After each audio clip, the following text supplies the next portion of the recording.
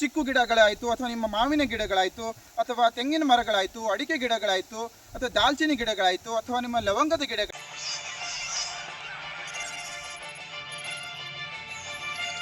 ನಮ್ಮ ಅಡಿಕೆ ಗಿಡ ಇದೆ ಅಥವಾ ತೆಂಗಿನ ಗಿಡ ಇದೆ, ಗಿಡದ ಬುಡಕ್ಕೆ ಈ ರೀತಿ ಹಾಕಿ ಬೀಳೋ ಹಾಗೆ ನಾವು ಈ ರೀತಿ ಕ್ರಾಸ್ ಮಾಡಿ ಹಾಕಿದ್ದೇವೆ.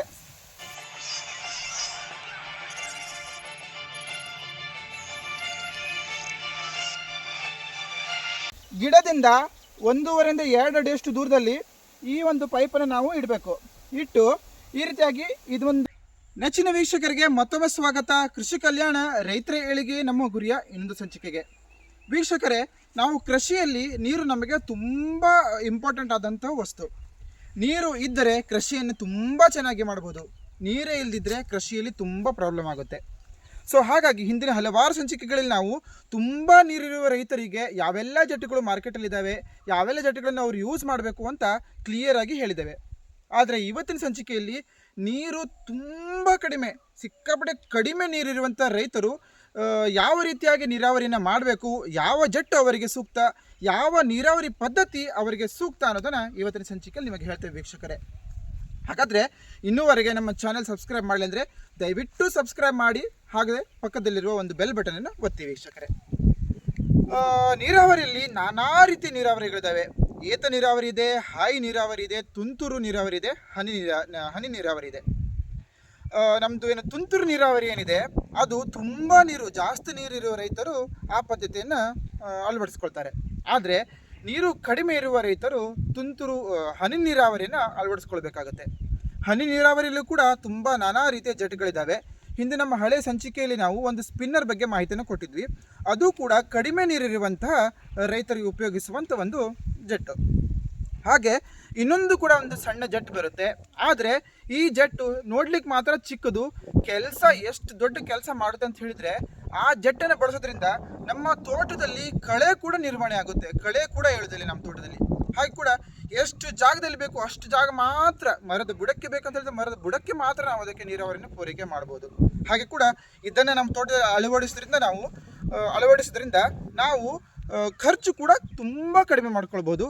ಪೈಪ್ ಲೈನ್ ಕೂಡ ತುಂಬ ಕಡಿಮೆ ಮಾಡ್ಕೊಳ್ಬೋದು. ಇಂಥ ಒಂದು ಅದ್ಭುತವಾದ ಒಂದು ಚಿಕ್ಕ ಒಂದು ಜೆಟ್ಟನ್ನು ನಿಮಗೆ ಪರಿಚಯ ಮಾಡಿ ಕೊಡ್ತೇನೆ ವೀಕ್ಷಕರೇ. ಹಾಗೆ ಕೂಡ ಈ ಒಂದು ಸಂದರ್ಭದಲ್ಲಿ ಇನ್ನೊಂದು ಮಾತನ್ನು ನಾನು ಹೇಳಲಿಕ್ಕೆ ಬಯಸ್ತೇನೆ ನಾಗೇಶ್ ಮೂರ್ತಿ ಅವರಿಗೆ. ನಾಗೇಶ್ ಮೂರ್ತಿ ಅವರೇ, ನೀವು ಮೇಧಾವಿಗಳಾಗಿರ್ಬೋದು, ಪಂಡಿತರಾಗಿರ್ಬೋದು, ಅಥವಾ ಸಕಲ ಕಲಾವಲ್ಲಭರಾಗಿರ್ಬೋದು, ಅಥವಾ ಸಕಲ ವಿದ್ಯಾಪಾರಂಗತರಾಗಿರ್ಬೋದು. ಆದರೆ ನಮ್ಮ ನೆಚ್ಚಿನ ರೈತರು ನಿಮ್ಮಷ್ಟು ಒಂದು ಕೀಳಾದ ಬುದ್ಧಿಯನ್ನು ಹೊಂದಿರಲಿಕ್ಕಿಲ್ಲ. ಯಾಕಪ್ಪ ಅಂತ ಹೇಳಿದರೆ ಅವರು ಮೊಸರಿನಲ್ಲೂ ಕಲ್ಲು ಹುಡುಕುವಂತಹ ಒಂದು ಕೆಲಸವನ್ನು ಮಾಡೋದಿಲ್ಲ ನಿಮ್ಮ ಥರ. ಸೊ ಹಾಗಾಗಿ ನೀವು ನಮ್ಮ ಸಂಚಿಕೆಯನ್ನು ನೋಡಿದವಾಗ ನೀವು ಕೆಲವೊಂದು ವರ್ಡ್ಸ್ಗಳನ್ನು ಯೂಸ್ ಮಾಡ್ತಿರಲ್ಲ, ಆ ವರ್ಡ್ಸ್ಗಳನ್ನು ಕೇಳುವಷ್ಟು ಸಮಯ ಕೂಡ ಯಾರಿಗೂ ಇಲ್ಲ, ನಮಗೂ ಕೂಡ ಇಲ್ಲ.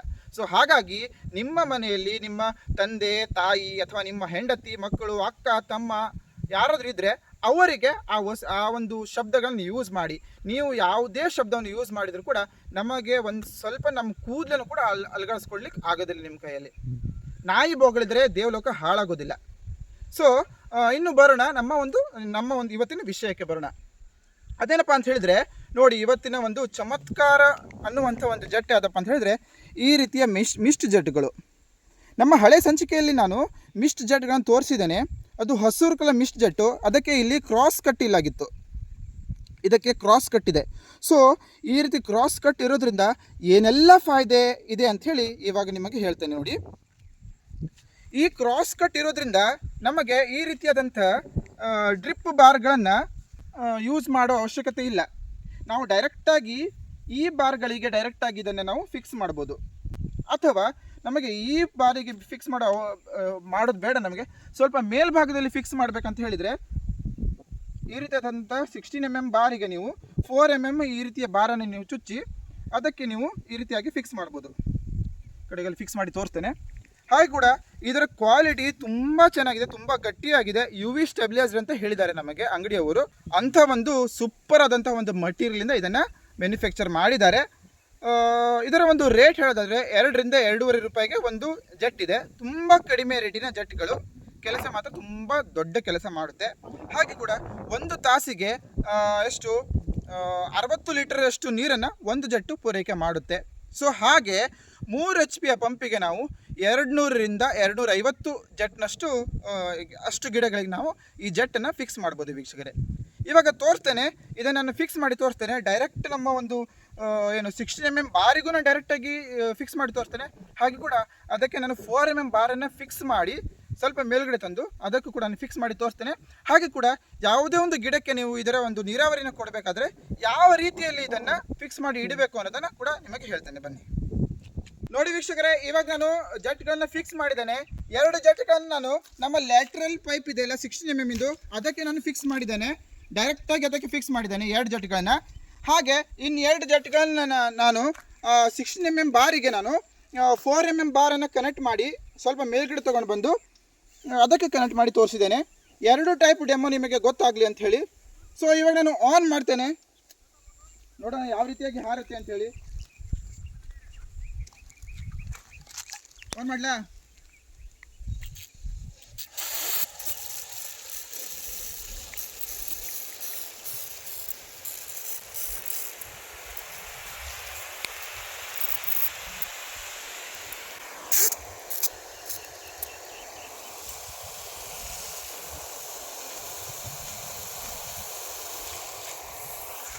ನೋಡಿ ಇದು ನೋಡಿ, ನಾನು ಡೈರೆಕ್ಟ್ ಲ್ಯಾಟ್ರಲ್ ಪೈಪಿಗೆ ಇದನ್ನು ಕನೆಕ್ಟ್ ಮಾಡಿದ್ದೇನೆ. ನೋಡಿ ಈ ರೀತಿಯಾಗಿ ಸ್ವಲ್ಪ ಒಂದೇ ಸೈಡ್ ಬರುತ್ತೆ. ಲ್ಯಾಟ್ರಲ್ ಪೈಪನ್ನು ಈ ರೀತಿಯಾಗಿ ಸ್ಟ್ರೇಟಾಗಿ ಇಡಬಾರ್ದು, ಸ್ವಲ್ಪ ಈ ರೀತಿಯಾಗಿ ಕ್ರಾಸ್ ಆಗಿರಬೇಕು. ಗಿಡದ ಬುಡಕ್ಕೆ ಬೀಳಬೇಕಂತ ಹೇಳಿದ್ದಾರೆ ನೀರು. ನೋಡಿ ಲ್ಯಾಟ್ರಲ್ ಪೈಪಿಗೆ ಹಾಕಿದರೂ ಕೂಡ ಫೋರ್ಸು ಸಿಕ್ಕಾಪಟ್ಟೆ ತುಂಬ ಚೆನ್ನಾಗಿದೆ. ಇದನ್ನು ಚಿಕ್ಕ ಚಿಕ್ಕ ಅಡಿಕೆ ಗಿಡಗಳಿಗೆ ಯೂಸ್ ಮಾಡಲಿಕ್ಕೆ, ಹಾಗೆ ಕೂಡ ತೆಂಗಿನ ಗಿಡಗಳಿಗೆ ಯೂಸ್ ಮಾಡಲಿಕ್ಕೆ ಫುಲ್ ಒಂದು ಉಪಕಾರಿ ಇದು.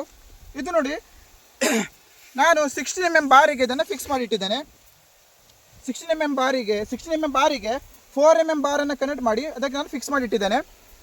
ಇದನ್ನು ಯಾವ ರೀತಿಯಾಗಿ ಗಿಡಗಳಿಗೆ ಯಾವ ರೀತಿಯಾಗಿ ಫಿಕ್ಸ್ ಮಾಡಬೇಕಪ್ಪ ಅಂತ ಹೇಳಿದರೆ, ಗಿಡದಿಂದ 1.5ರಿಂದ 2 ಅಡಿಯಷ್ಟು ದೂರದಲ್ಲಿ ಈ ಒಂದು ಪೈಪನ್ನು ನಾವು ಇಡಬೇಕು. ಇಟ್ಟು ಈ ರೀತಿಯಾಗಿ ಇದೊಂದು ಸೆಟಪ್ಪನ್ನು ಮಾಡಿಕೊಂಡು ನಾವು ಇದನ್ನು ಸ್ಟ್ರೇಟಾಗಿ ಇಡಬಾರ್ದು, ಈ ರೀತಿಯಾಗಿ ಕ್ರಾಸ್ ಆಗಿ ಇಡಬೇಕು.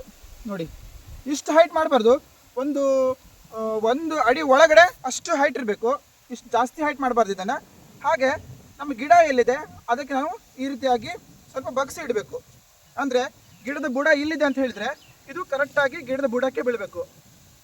ಅಡಿಕೆ ಗಿಡಗಳಿಗೆ, ತೆಂಗಿನ ಗಿಡಗಳಿಗೆ ತುಂಬ ಯೂಸ್ಫುಲ್ ಇದು.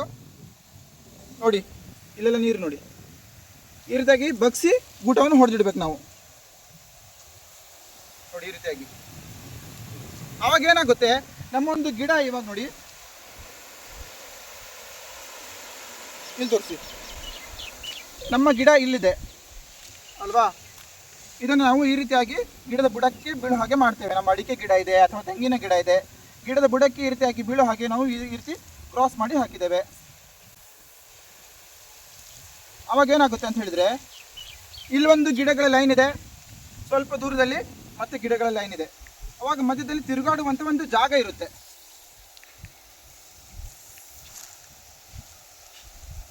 ತಿರುಗಾಡುವಂಥ ಒಂದು ಜಾಗ ಇರುತ್ತಲ್ಲ, ಆವಾಗ ನೀರು ಬೀಳುವಾಗ ಕರೆಕ್ಟಾಗಿ ಡೈರೆಕ್ಟ್ ಗಿಡಗಳ ಅಡಿಯಲ್ಲೇ ಬೀಳೋದ್ರಿಂದ ತಿರುಗಾಡುವಂಥ ಜಾಗದಲ್ಲಿ ನೀರು ಬೀಳದೇ ಇರೋದ್ರಿಂದ, ಒಣದಿರೋದ್ರಿಂದ ಅಲ್ಲಿ ಕೂಡ ಜಡ್ಡುಗಳು ಬೆಳೆಯೋದಿಲ್ಲ.